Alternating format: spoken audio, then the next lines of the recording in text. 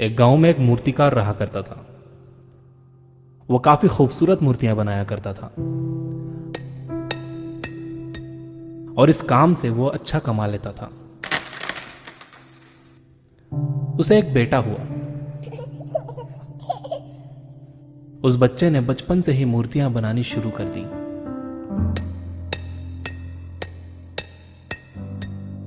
बेटा भी बहुत अच्छी मूर्तियां बनाया करता था और बाप अपने बेटे की कामयाबी पर खुश होता था। लेकिन हर बार बेटे की मूर्तियों में कोई ना कोई कमी निकाल दिया करता था। वो कहता था, बहुत अच्छा किया है, लेकिन अगली बार इस कमी को दूर करने की कोशिश करना। बेटा भी कोई शिकायत नहीं करता था। वो अपने बाप की सलाह पर अमल करते हुए अपनी मूर्तियों को और बेहतर करता रहा।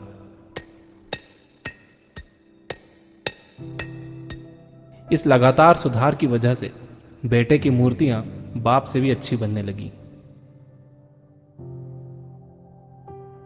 और ऐसा टाइम भी आ गया कि लोग बेटे की मूर्तियों को बहुत पैसा देकर खरीदने लगे।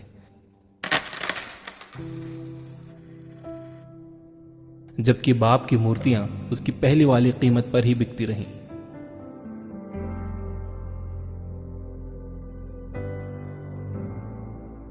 बाप अब भी बेटे की मूर्तियों में कमियां निकाल ही देता था, लेकिन बेटे को अब यह अच्छा नहीं लगता था और वो बिना मन के उन कमियों को एक्सेप्ट करता था, लेकिन फिर भी अपनी मूर्तियों में सुधार कर ही देता था। एक टाइम ऐसा भी आया कि जब बेटे के सब्र ने जवाब दे दिया।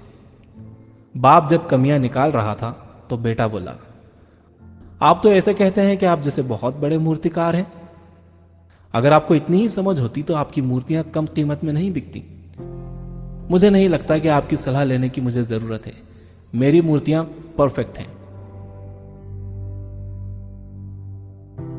बाप ने बेटे की यह बात सुनी तो उसने बेटे को सलाह देना और उसकी मूर्तियों में कमियां निकालना बंद कर दिया।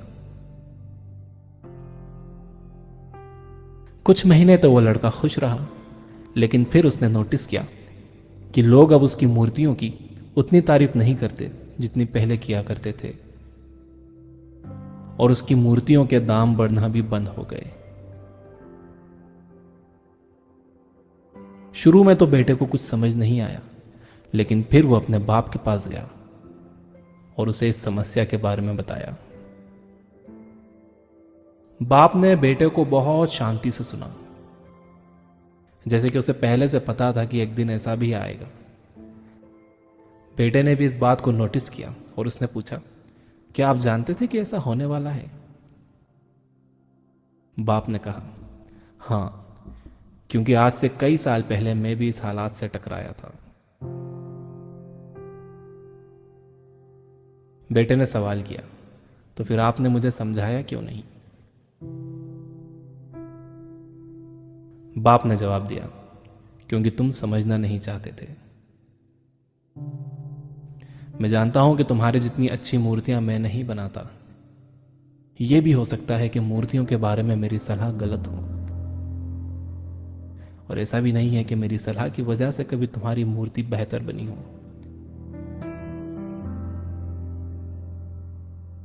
लेकिन जब मैं तुम्हारी मूर्तियों में कमियां दिखाता था, तब तुम अपनी बनाई मूर्तियों से सेटिस्फाई नहीं होते थे। तुम खुद को बेहतर करने की कोशिश करते थे और वही बेहतर होने की कोशिश तुम्हारी कामयाबी का कारण था। लेकिन जिस दिन तुम अपने काम से सेटिस्फाई हो गए और तुमने यह भी मान लिया कि अब इसमें और बेहतर होने की गुंजाइश ही नहीं है, तुम्हारी ग्रोथ भी रुक गई। लोग हमेशा तुमसे बेहतर की उम्मीद करते हैं और यही कारण है कि अब तुम्हारी मूर्तियों के लिए तुम्हारी तारीफ नहीं होती, ना ही उनके लिए तुम्हें ज्यादा पैसे मिलते हैं।